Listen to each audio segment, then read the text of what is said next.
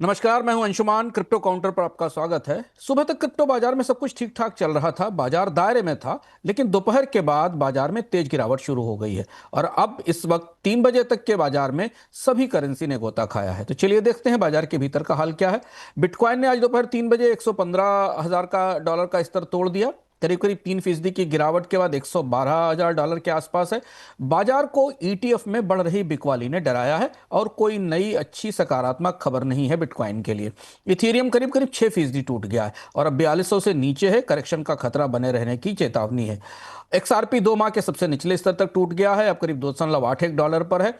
डाजी coin में 10% की तेज गिरावट आई है और सोलाना करीब करीब 6% टूटकर 220 पर है। सोलाना में भी गिरावट का रुख मजबूत दिखाई दे रहा है। क्रिप्टो मार्केट दायरे में कारोबार कर रहा है। ईटीएफ वॉल्यूम बढ़ने की और किसी नीतिगत अपडेट की प्रतीक्षा है, कोई बड़ा ट्रिगर नहीं दिख रहा है। संस्थागत हलचलों में ईटीएफ में तो बिकवाली जारी थी, लेकिन सर्किल ने ब्लॉकचेन नेटवर्क्स पर यूएसटी कॉइन के क्रॉस चेन ट्रांसफर की नई सर्विस लॉन्च की है। इससे डिफाई में और लेंडिंग इकोसिस्टम में आसानी से लिक्विडिटी बढ़ेगी, सस्ता रूट मिलेगा। इसने बाजार को के सेंटीमेंट को थोड़ी मदद दी और इसका असर हमें खुदरा सेंटीमेंट पर, रिटेल सेंटीमेंट पर भी दिखाई दिया। ईटीएफ वॉल्यूम की सर सबसे ज्यादा है। लोग ये जानने की कोशिश कर रहे हैं कि क्या नया निवेश ईटीएफ में आ रहा है, इथेरियम और बिटकॉइन में, या नहीं। क्रॉस चेन यूएसडीसी को लेकर भी काफी सर्च है। पिछले सप्ताह ही हमने आपको क्रॉस चेन के बारे में बताया था क्रिप्टो काउंटर में। और क्रिप्टो के जरिए कार खरीदने के पेमेंट को लेकर भी सर्च ट्विटर ट्रेंड में बढ़ रहे हैं, क्योंकि क्रिप्टो पेमेंट की लोकप्रियता बढ़ रही है। कुछ एक नए फैसले हुए हैं लैटिन अमेरिका के एक देश में, जिस पर हम आगे बात करेंगे। लेकिन आज की गिरावट के बाद, दोपहर की गिरावट के बाद, अब रिटेल सेंटीमेंट भी बदलने का खतरा है और सतर्कता बढ़ेगी। मीम और मिड कैप कॉइन की चर्चा ठंडी रही है। हालांकि फेडरल रिजर्व से की ब्याज दरों में कमी के बाद उम्मीद थी कि मिड कैप कॉइन्स को लेकर थोड़ा समर्थन दिखेगा, पर ऐसा नहीं दिखाई दिया। बाजार में खासी सतर्कता है। रेगुलेटरी संस्थाओं की तरफ से रूस में लंबे समय बाद रूस की तरफ से क्रिप्टो पर कोई अपडेट आया है।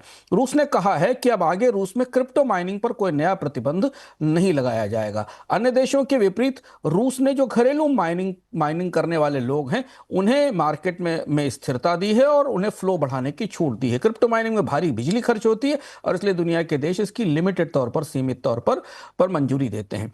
इधर अमेरिका का सिक्योरिटी एक्सचेंज कमीशन और यूरोपीय एजेंसियां डिफाई, ट्रांसफर, ईटीएफ फ्लो और एंट्री मनी लॉन्ड्रिंग के नियमों को सख्त कर रही हैं, ताकि क्रॉस बॉर्डर पेमेंट्स में कोई नियमों का उल्लंघन न हो सके।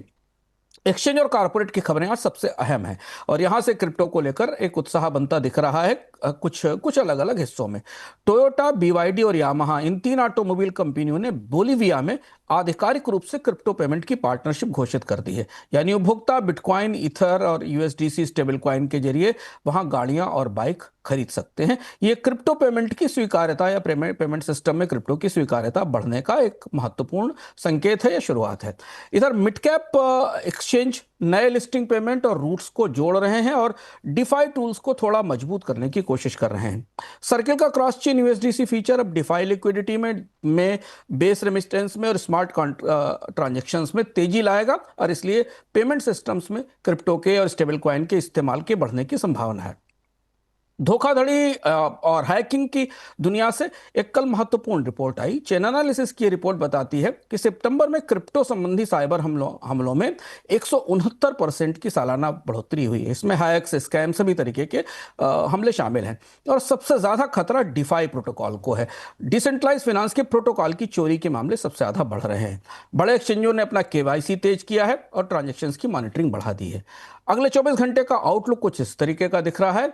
ईटीएफ का ट्रिगर नहीं है। रूस और एसईसी के जो नए रेगुलेटरी रुख आए हैं, इससे बाजार में थोड़ा समर्थन दिखाई दे सकता है, लेकिन दोपहर बाद आई तेज गिरावट के बाद बाजार सतर्क रहेगा। सुरक्षा जोखिम, क्रॉस चेन पेक्स और स्कैम्स में बढ़ोतरी दिख रही है। यह बाजार के सेंटीमेंट पर असर करेगा। निवेशकों के लिए टेक्निकल और न्यूज, यानी दोनों मोर्चों पर, रेगुलेटरी न्यूज पर और टेक्निकल दोनों मोर्चों पर सतर्कता की जरूरत है।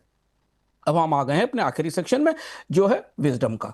चेन एनालिसिस की रिपोर्ट बताती है कि क्रिप्टो हैक में करीब 169% की बढ़त हुई है और उसमें सबसे ज्यादा है डिफाई प्रोटोकॉल हैक। क्या है यह प्रोटोकॉल हैक? इसका मतलब है ब्लॉकचेन या डिफाई प्रोजेक्ट के स्मार्ट कॉन्ट्रैक्ट, लिक्विडिटी पूल या ट्रांजैक्शन कोड में किसी कमजोरी को पकड़ना और उसका फायदा उठाना।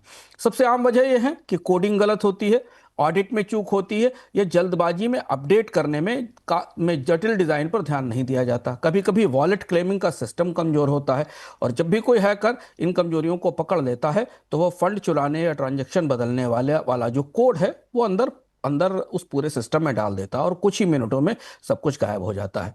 इसका असर बेहद गहरा होता है। आम उपभोक्ता के पैसे एनएफटी से लगातार गायब हो जाते हैं।